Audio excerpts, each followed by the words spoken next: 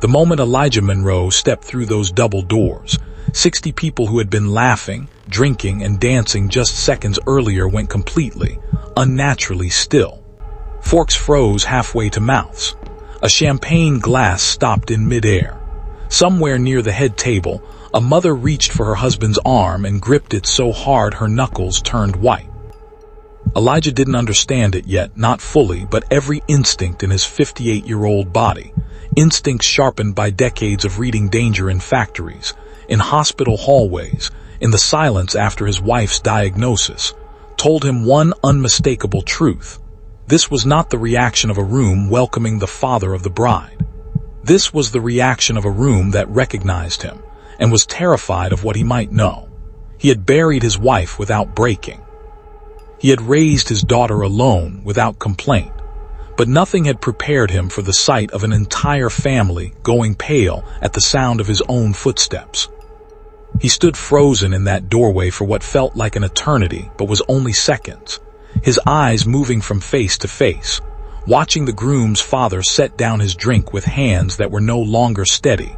watching the groom's mother whisper something urgent to the woman beside her, watching his own daughter, radiant in white, completely unaware that the room around her had just shifted into something dark and unspoken. Whatever was happening, whatever history was buried inside that silence, Elijah understood one thing with absolute certainty as he stood there in his best gray suit. By the time this night was over, he would know exactly why the Callahan family had gone quiet the second he walked through that door, and nothing about his daughter's wedding day would ever look the same to him again. Before we go further into what happened inside that hall, let us know in the comments where you're watching from. We'd love to hear from you, and don't forget to hit that subscribe button so you never miss any of our upcoming videos. Now, back to Elijah, standing frozen in a doorway, watching a room full of strangers hold their breath around him, wondering what a family he had known for less than a year could possibly be so afraid of him knowing. To understand why that room went silent, you have to go back 3 years, to the night Elijah Monroe sat alone at his kitchen table in Savannah, Georgia, staring at a phone that would not stop ringing. His daughter, Simone, was 26 years old then, a pediatric nurse who had spent her whole life trying to make her father proud, ever since her mother passed when Simone was only 19. Elijah had raised her alone after that, working double shifts as a machinist to keep the house they lived in, never once complaining, never once letting Simone see how tired he truly was some nights, how many bills he quietly juggled, how many dinners he skipped so she could stay in her nursing program without worry. She was his whole world, the reason he got up every single morning long before the sun, and when she called that night to tell him she had met someone, his heart did something it hadn't done in years. It softened, cautiously, the way a man's heart softens when he has learned the hard way what it costs to hope too quickly. Simone talked for nearly an hour that night, her words tumbling over each other with an excitement Elijah hadn't heard from her since she got her nursing license. The man's name was Ethan Callahan, and from everything she described, he sounded almost too good to be true. He came from a respected family in Charleston, South Carolina, old money that had built its name in shipping decades earlier and later expanded into real estate and private investment. Ethan himself worked inside his family's firm, drove a car that cost more than Elijah's annual salary, and spoke with the kind of practiced, effortless warmth that made people feel instantly at ease around him. Simone described dinners at estates with names instead of addresses, weekend trips to places she had only ever seen in magazines, a world so different from the modest Savannah house where she'd grown up that Elijah sometimes had trouble picturing his daughter inside it. Still, he wanted to believe every word. He wanted, more than anything on this earth, for his daughter to have the life he and her mother had once dreamed of giving her. Over the following months, Elijah watched his daughter fall deeper in love, and he tried his best to fall in step beside her, meeting Ethan for the first time at a quiet dinner in Savannah, where the young man showed up early, shook Elijah's hand firmly, and looked him directly in the eye the entire conversation, a small gesture that mattered more to Elijah than Ethan probably realized. He liked Ethan. That was the strange, uncomfortable truth Elijah carried with him for a long time afterward. Whatever complications existed on the Callahan side of this story, Ethan himself seemed genuine, kind, clearly devoted to Simone in a way that had nothing to do with money or appearances. Elijah watched the way Ethan looked at his daughter across a dinner table, the way he remembered small details she'd mentioned only once in passing, and he found himself quietly hoping this young man was exactly who he appeared to be, because Simone deserved exactly that. But there was one detail Simone mentioned only once, almost as an afterthought, that Elijah never quite let go of. She said that during her first visit to the Callahan estate outside Charleston, Ethan's mother, a woman named Carol Callahan, had glanced at a photograph of Elijah on Simone's phone and gone strangely still, her smile freezing for just a moment before she recovered and complimented Simone's dress instead. Simone laughed it off at the time, assuming Carol was simply the reserved, old money type who took a moment to warm up to new faces, particularly faces that didn't look like the ones in the family portraits lining her hallway. But Elijah, who had spent 30 years reading people in factories and union halls, in rooms where a man's safety sometimes depended on correctly reading the tension in another man's shoulders, filed that detail away in the back of his mind. The way a person files away a sound in the night that doesn't quite belong, promising himself he would think about it later, and then, as people often do, mostly forgetting to. The engagement moved quickly after that, the way things tend to move when two families with very different histories are trying hard, almost too hard, to make something work smoothly on the surface. There were dinners Elijah attended at the Callahan estate where the conversation felt rehearsed in a way he couldn't quite name, where Ethan's father, a tall, silver-haired man named Richard Callahan, asked careful, pointed questions about Elijah's work history, his late wife, the neighborhood where Simone had grown up, questions that felt less like curiosity and more like a man quietly gathering information he already suspected the answer to. Elijah answered honestly every time, the way he always had, because he had nothing to hide and nothing to prove to anyone, least of all a man who had clearly never worked a double shift in his life. Still, there were moments, small and easy to miss if you weren't looking closely, when he caught Richard and Carol exchanging a glance across the table, a glance that seemed to carry more weight, more history, than two strangers meeting their son's future father-in-law should ever have between them. Simone never noticed any of it. She was too busy falling in love, too busy planning centerpieces and dress fittings and rehearsal dinner menus, too genuinely happy to see the small cracks her father had already started sensing beneath the polished surface of this seemingly perfect union. And Elijah, not wanting to plant doubt in the one bright, unguarded joy his daughter had built for herself since losing her mother, said nothing to her about any of it. He told himself he was imagining things, that grief sometimes makes a man suspicious of joy he didn't personally build with his own two hands. So he smiled through the dinners, shook Richard Callahan's hand a little too firmly each time, complimented Carol's cooking even when his stomach was in knots, and counted down the months until the wedding, quietly hoping whatever unease he felt would simply dissolve with enough time and enough proof that this family, whatever their strangeness, truly did love his daughter. It did not dissolve. If anything, it grew sharper the closer the wedding date came, the way a splinter you ignore for too long begins to ache with every small movement. 6 months before the ceremony, Elijah drove up to Charleston alone for what was supposed to be a simple meeting about seating arrangements, a task Simone had asked him to handle personally since she trusted his judgment about which family members could sit near each other without conflict. He arrived early before Simone and found himself waiting in the Callahan family's front sitting room, surrounded by decades of framed photographs lining the walls in careful, curated rows. Old black and white portraits of ancestors in stiff collars and unsmiling faces. Yellowed newspaper clippings about shipping contracts won in the 1960s, framed like trophies. And then, tucked into a smaller, less prominent frame near the fireplace, almost hidden among the grander portraits, a photograph that stopped him cold where he stood. It was a group photo, clearly decades old, faded at the edges, showing a much younger Richard Callahan standing beside several other men in what looked unmistakably like a factory or shipyard, the men wearing hard hats and coveralls, squinting against harsh sunlight. Elijah recognized the building behind them instantly, even faded and decades old.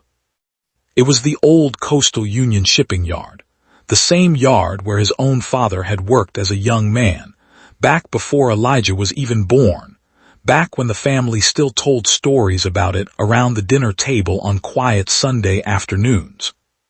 He stood in front of that photograph for a long moment, something cold moving through his chest, trying to make sense of why this wealthy, polished family would have a faded shipyard photo tucked into their sitting room at all,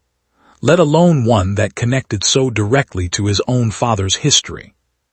He might have thought nothing more of it, might have chalked it up to simple coincidence and moved on with his day, if Carol Callahan hadn't walked into the room at that exact moment, seen him standing motionless in front of that photograph, and gone visibly pale in a way that no amount of practiced Southern hospitality could fully disguise. She recovered quickly, offering him sweet tea in a voice pitched just slightly too high, changing the subject smoothly to floral arrangements and seating charts. But Elijah had seen enough faces in his life, in factories, in hospital waiting rooms, in the eyes of men about to be laid off, to know the difference between ordinary politeness and genuine fear. And that was fear he had seen on her face, plain and unmistakable for just an instant before she buried it, the kind of fear that comes from a person realizing a door they believed permanently shut had just creaked open a few inches without warning. He asked Simone about it later that night, careful not to alarm her, framing the question as simple curiosity about the old photograph in her future in-laws' sitting room, nothing more. Simone shrugged and said she'd never really looked closely at it, that the Callahans had dozens of old family photos scattered around the house, and she'd stopped asking questions about all of them months ago, since Carol tended to give long, wandering answers about distant relatives that never quite satisfied her curiosity anyway. She was fully in wedding planning mode by then, focused entirely on flowers and seating charts, and whether her father's tuxedo fitting had gone well that week. And Elijah decided, once again, not to press the issue further. He told himself that whatever history connected the Callahan family to that old shipyard likely had nothing to do with him personally, that Savannah and Charleston were full of families with overlapping histories in an industry that had once employed half the coastline. He told himself a great many comforting things that spring, mostly because he wanted very badly for them to be true. Then came a phone call in April, 3 weeks before the wedding, from a name Elijah hadn't heard spoken aloud in over 30 years. Dolores Fontaine had worked alongside Elijah's father at the Coastal Union shipping yard back in the early 1970s, and though she was well into her 80s now, living quietly in a small house outside Savannah, her memory remained sharp as a woman half her age. She had heard, through a mutual connection at her church, that Elijah's daughter was marrying into the Callahan family, and something about that particular name had troubled her enough to spend an entire afternoon tracking down his phone number through old church directories and mutual friends. When Elijah finally answered, Dolores didn't waste any time on small talk or pleasantries. She asked him a single question, her voice steady but heavy with something unmistakably urgent, that made his stomach drop before she even finished speaking. Did he know that his own father had once worked directly under a young, ambitious supervisor named Richard Callahan? And did he know exactly what had happened to his father's career the year immediately following that? Elijah sat down slowly at his kitchen table as Dolores began to explain, her voice steady but heavy with the weight of a story she had clearly carried, unspoken, for decades. His father, James Monroe, had been one of the most skilled machinists at Coastal Union, well-liked by every man on the floor, respected enough that supervisors trusted him with training new hires, and on track for a foreman position that would have changed the family's entire financial trajectory for generations to come. But in 1974, an internal investigation accused James of falsifying safety inspection records on a piece of loading equipment, an accusation that came seemingly out of nowhere and led to his immediate, humiliating termination, effectively blacklisting him from shipyard work across the entire Georgia and South Carolina coast for the rest of his working life. James Monroe spent the remaining decades of his career in smaller, lower-paying jobs, delivering furniture, repairing small engines, never again coming close to the opportunity that had once stood directly in front of him. He died believing, right up until his final days, that he had made a careless, unforgivable mistake that cost his family everything they might have had.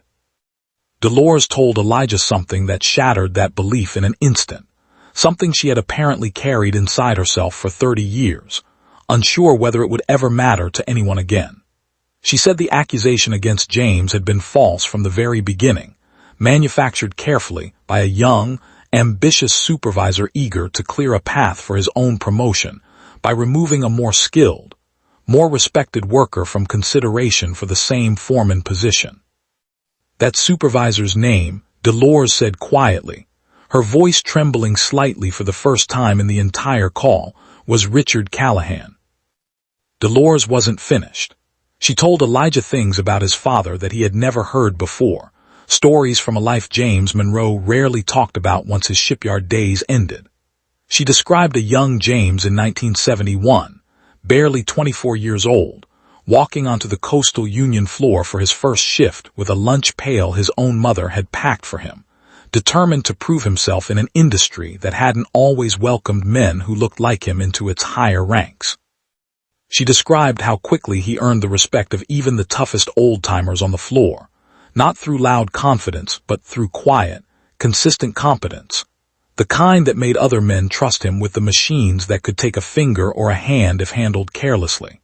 She described the Christmas party in 1973, where the yard's owner himself shook James's hand and told him, in front of the entire crew, that a foreman position was coming his way within the year. Dolores said James had been the proudest man in that room that night, already planning how he'd tell his young wife, already imagining the house they might finally be able to afford. Then came March of 1974. Dolores continued, her voice growing quieter, heavier, as she described the morning James was called into the front office without warning and told, in a conversation that lasted less than 10 minutes, that he was being let go effective immediately over falsified safety records on a hydraulic loader he had inspected 3 weeks earlier. James protested, insisted he had followed every protocol exactly as trained, but there was no formal hearing, no chance to review the actual inspection sheet in question, only a termination letter and a security escort to clear out his locker before his former coworkers even finished their shift. Dolores remembered watching him walk out of that gate for the last time, his lunch pail in one hand, his eyes fixed straight ahead so no one would see whatever was happening on his face. She said the men on the floor whispered for weeks afterward about how convenient the timing had been, how the young supervisor angling for that same foreman position had been the one to flag James's paperwork in the first place, but no one dared say Richard Callahan's name out loud, not with his own father owning the company that fed their families. Elijah barely slept that night, and barely spoke the following day, moving through his house like a man carrying something heavy and invisible on his shoulders. He sat with the photograph in his mind, the faded one from Carol's sitting room, the young, confident version of Richard standing proud among shipyard workers who had absolutely no idea what he would do to one of their own within a matter of months. He thought about his father, a proud, quiet man who carried the shame of that firing to his grave, without ever once suspecting it had been carefully engineered by someone climbing over him to secure his own advancement. He thought about the years afterward, the smaller apartments, the Christmases with fewer gifts under the tree, The way his father's shoulders seemed to curve inward a little more with each passing year, as though carrying a failure that was never actually his to carry. And now, 30 years later, that same family's blood was about to become permanently entwined with his own daughter's future, sealed in front of God and everyone they both loved. Elijah spent the following days wrestling privately with what to do, packing his small kitchen late into the night while Simone, unaware, sent him cheerful texts about flower arrangements and last-minute dress alterations. Part of him wanted to drive straight to Charleston, walk into that sitting room, and put the truth on the table in front of Richard Callahan without warning, demanding he account for what he had done to James Monroe decades earlier. But another part of him, the part shaped by 30 years of factory floors and careful, deliberate diplomacy, understood clearly that confronting a man like Richard without solid proof, 3 weeks before his only daughter's wedding, could destroy far more than it repaired. He didn't yet have documentation, only the memory of an 80-something-year-old woman and a faded photograph glimpsed in a sitting room. He needed something solid, something undeniable, before he did anything that might risk blowing apart Simone's happiness over a truth she had absolutely no part in creating. So Elijah did what he had always done in the most difficult moments of his life. He got quiet, methodical, and patient, channeling his anger into careful, deliberate action instead of letting it spill out uncontrolled. He spent his evenings after work driving nearly an hour each way to the county record's office, requesting old employment files from Coastal Union Shipping, a company long since absorbed into a larger conglomerate but still legally required to maintain archived personnel records under state labor law. It took him nearly 2 full weeks of persistent digging, of polite but firm requests submitted again and again to increasingly sympathetic clerks, of driving those long miles after already finishing 12-hour shifts at his own job, before he finally found what Dolores had promised him existed. Buried deep inside a dusty, forgotten folder was an internal memo dated March 1974, unsigned but typed clearly on official Coastal Union letterhead, recommending James Monroe's immediate termination based on alleged safety violations that a follow-up engineering report, quietly filed 6 months later and never publicly acknowledged, had actually ruled completely inconclusive. That follow-up report cleared his father's name entirely. No one had ever told James Monroe that report even existed. Holding that folder in his trembling hands, sitting alone in his truck in the empty records office parking lot as the sun began to set, Elijah finally let himself cry for his father for the first time since the funeral 15 years earlier. It wasn't only grief moving through him in that moment. It was rage and vindication and an aching, complicated sadness for a man who had spent the final decades of his life believing he had failed his own family, when in truth he had been failed, deliberately and completely, by someone else entirely, someone whose son was now 3 weeks away from marrying his only granddaughter in front of 200 guests. Elijah made a decision that evening in that parking lot, gripping the steering wheel until his knuckles ached. He would not destroy Simone's wedding day over a truth 30 years buried, but he would not walk into that Callahan household pretending he didn't know it either.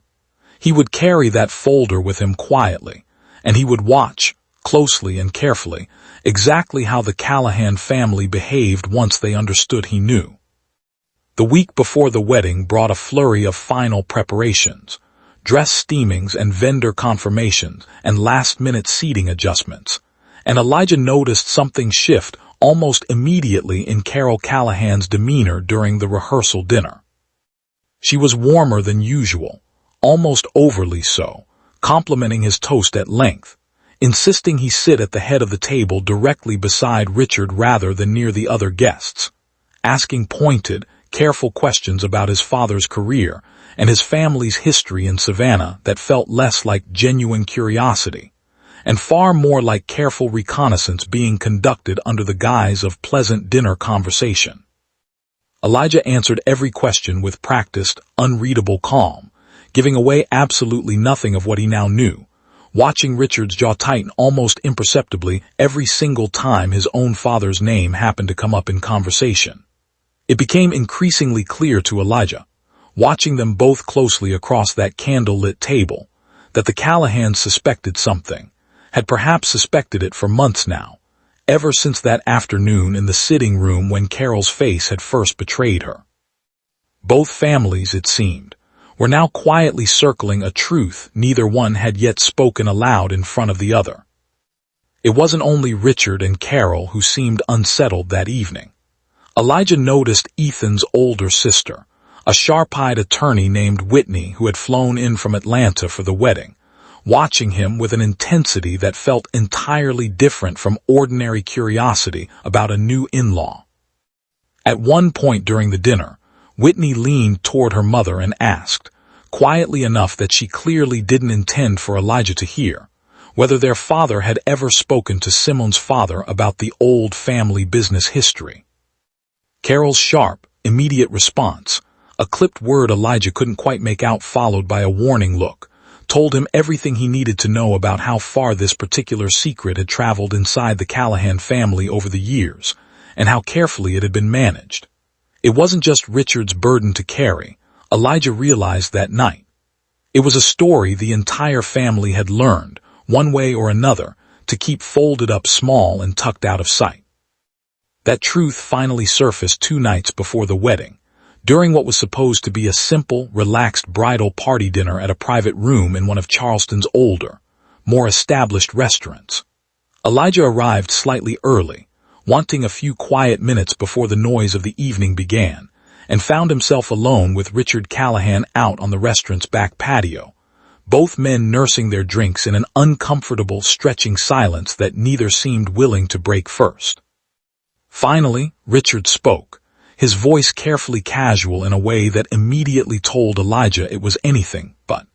He said he understood Elijah's father had worked at Coastal Union many years ago, and he wondered, almost lightly, whether Elijah had ever heard the full story of what happened there during that particular era.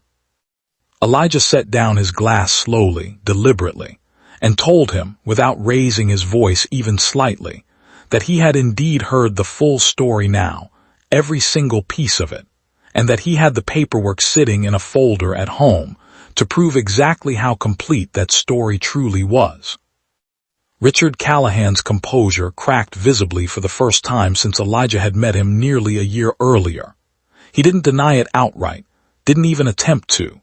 Instead, he asked Elijah, his voice noticeably tighter now, what exactly he intended to do with that information, his eyes darting briefly toward the restaurant doors as though checking whether anyone else might overhear them. Elijah told him the truth, plainly and without hesitation.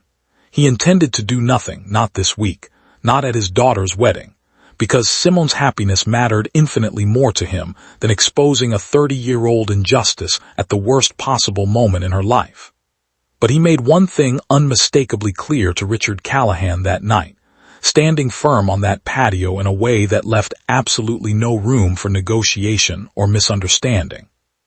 He said that his silence was a gift, freely given, not a surrender, and that Richard would spend every single day of his son's marriage knowing, privately, that Elijah knew exactly who he was and exactly what he had done to an honest, hard-working man 3 decades earlier. That conversation was still sitting heavy and unresolved between them 2 days later, on the morning of the wedding, when Elijah walked into the reception hall in his gray suit, and the entire Callahan family froze at the sight of him standing there in the doorway. Richard had clearly told Carol about their exchange on the patio, perhaps in the quiet hours right afterward, unable to carry that weight alone. He may have told others too, family members who had grown up hearing carefully sanitized versions of the family's shipping business success story, never once knowing it had been built, in part, on a lie that quietly destroyed another man's entire career. As Elijah stood in that doorway, watching champagne glasses pause halfway to lips and easy conversations die mid-sentence around the room, he understood completely, finally, why the room had gone so silent. It wasn't fear of exposure alone driving that reaction. It was the sudden, collective realization settling over an entire family that the man they had quietly, perhaps unconsciously, underestimated for months, the working-class father from Savannah they had looked at with polite condescension over dinner after dinner, had been carrying the truth about their family's foundation the entire time, and had chosen, out of love for his daughter alone, not to use it. The ceremony itself proceeded with a strange, brittle tension underneath its outward surface beauty, a tension only Elijah and the Callahans could feel humming beneath the music and the flowers. Simone walked down the aisle radiant and completely unaware, her face lit with a joy Elijah hadn't seen since childhood, and Elijah, walking beside her, felt the full weight of everything he was choosing to protect her from settle into his chest like a stone he alone would carry from that day forward. He caught Carol's eyes once during the exchange of vows and saw something unexpected there, not defiance, not resentment, but something closer to shame, perhaps even a flicker of gratitude, for a silence she knew full well her family hadn't actually earned. Richard avoided looking at him entirely throughout the entire ceremony, staring straight ahead at his son instead. A young man who had built his entire adult life on a foundation of stability his own father had quietly stolen from someone else's family without his knowledge or consent. Ethan himself had no idea any of this history existed, and Elijah intended, at least for the time being, to keep it that way, unwilling to let his daughter's new husband carry guilt for a sin that predated his own birth by nearly 2 decades. It was during the reception, hours after the ceremony had concluded, that the true reckoning finally came, not through direct confrontation as Elijah had half expected, but through an unexpected conversation with someone he hadn't anticipated encountering at all that night. Dolores Fontaine's granddaughter, a woman named Angela who happened to work as an event photographer, and had been hired months earlier for the Callahan wedding long before anyone realized the tangled family connections quietly at play, approached Elijah near the edge of the dance floor, once the formal portraits were finished.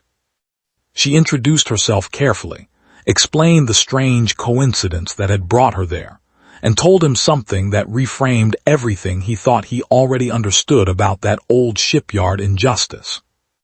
Her grandmother, Dolores, had recently uncovered additional documentation while going through old boxes, letters exchanged between Richard Callahan and a company attorney back in 1975, showing that Richard had, in fact, attempted once, quietly and ultimately unsuccessfully, to get James Monroe's termination reversed after the exonerating engineering report first surfaced internally, only to be firmly blocked by his own father, the company's owner at the time, who feared the financial and legal liability of admitting such a costly mistake publicly. This new information didn't erase what had happened to Elijah's father, and it certainly didn't undo 30 years of hardship and struggle that followed, but it complicated the story in a way that mattered deeply to Elijah as he stood there absorbing it in the middle of that reception hall. Richard Callahan hadn't been the singular, uncomplicated villain Elijah had spent weeks imagining him to be in the quiet hours of his own kitchen. He had been a young, ambitious man caught inside a much larger system of corporate self-protection, someone who made one deeply selfish mistake at 26 years old, tried imperfectly to reverse it years later, and was ultimately overruled by a father even more concerned with the family's public reputation than his own son apparently was. It didn't make what happened to James Monroe right. It didn't restore a single one of the years he lost. But it gave Elijah something he hadn't expected to find on his own daughter's wedding day, of all places. A small, complicated space for understanding, rather than pure and simple resentment, toward the man whose family his daughter had just formally joined. Later that night, after most of the guests had finally gone home, and the band had packed up their instruments into the back of a van, Elijah found himself sitting outside on the hotel terrace with Richard Callahan, both men finally speaking to each other honestly for the very first time all week, without pretense or performance. Richard admitted everything that night, unprompted, the raw ambition that had driven him at 26 years old, the falsified report, the failed attempt years later to fix it that his own father had crushed without hesitation, and the guilt he had carried privately ever since. Guilt he admitted he had never told even his own wife the full extent of, until Elijah's presence at this wedding forced it painfully into the open air between them. He apologized, not with excuses layered on top of excuses, but with the kind of plain, unguarded honesty that only comes when a man has finally run out of places left to hide from himself. Elijah listened without interrupting even once, the same patient way he had listened to Dolores Fontaine weeks earlier over the phone, letting the full accumulated weight of 30 years settle into the space between them before he finally spoke a single word in response. He told Richard that he wasn't interested in revenge, and had never truly been, not because the pain of what happened to his father didn't matter deeply to him, but because his father himself had spent his entire life quietly teaching Elijah, through example rather than lecture, that bitterness always costs more than it ever returns to the man carrying it. He told Richard that the truth would stay between the two of them for now, not as a secret born out of fear, but as a deliberate choice born out of protecting two young people who deserved to build their marriage without inheriting a 30-year-old wound that was never rightfully theirs to carry into their future together. He told Richard one final thing before finally standing to leave that quiet terrace behind, that every single year on their children's wedding anniversary, Richard would think of James Monroe, and that private, quiet thought, held only in his own conscience, would be the only justice Elijah ever needed from him for the remainder of both their lives. Richard sat with that for a long moment, staring out at the dark water beyond the terrace railing, before he asked Elijah a question that seemed to have been waiting on his tongue for years, long before this wedding ever brought the two of them together. He asked whether Elijah had ever told Simone any of it, whether she knew the real reason her grandfather's career had ended the way it did. Elijah shook his head slowly and admitted that he hadn't, not because he was protecting Richard,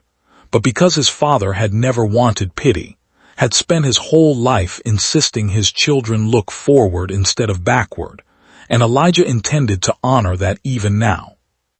Richard nodded at that, something loosening slightly in his shoulders, and admitted quietly that he intended to tell Whitney and Ethan the truth eventually, on his own terms, not out of guilt forced upon him by exposure, but because he no longer wanted his children inheriting a version of the family's history built on a silence he alone had chosen decades earlier without their knowledge or consent. Inside the hotel ballroom, completely unaware of everything that had unfolded quietly between their fathers that night, Simone and Ethan shared their final dance of the evening, her head resting peacefully against his shoulder, both of them exhausted and glowing with the particular, once-in-a-lifetime happiness that only comes on a day like this one. Elijah watched them through the terrace doors for a long, quiet moment before finally walking back inside to rejoin the last of the celebration around him. He thought about his late wife in that moment, about how much she would have loved seeing their daughter this genuinely happy, about his father, finally, quietly vindicated after 30 long years of carrying a burden that was never rightfully his to carry in the first place. He thought about the strange, complicated grace required to hold a family's painful history in one hand and his own daughter's future in the other, and to choose, deliberately and with open eyes, to let love outweigh what anger had every right to claim that night. In the months that followed the wedding, Elijah never told Simone the full story, and to this day, she still doesn't fully know exactly why her father and her father-in-law now share the kind of quiet, careful respect that sometimes only exists between men who have survived something difficult together in silence. What she does know, what she has noticed over holiday dinners and quiet phone calls, is that her father and Richard Callahan speak more often than either of their wives ever originally expected them to, that they exchange careful, thoughtful conversation at every family gathering they attend together, and that whatever tension once lived just beneath the surface of their very first meetings has slowly settled into something that closely resembles genuine peace. Elijah kept that folder from the county records office locked carefully in a drawer at home, not as a weapon he might one day use, but as a quiet reminder of his father's name, finally cleared, even if only inside the private, guarded space of his own heart. And every single time he watches his daughter laugh freely at a family dinner now, surrounded by a family that once feared his very presence standing in a doorway, he understands, more fully than ever, that some truths are strongest not when they are spoken aloud for everyone to hear, but when they are simply, finally, allowed to rest.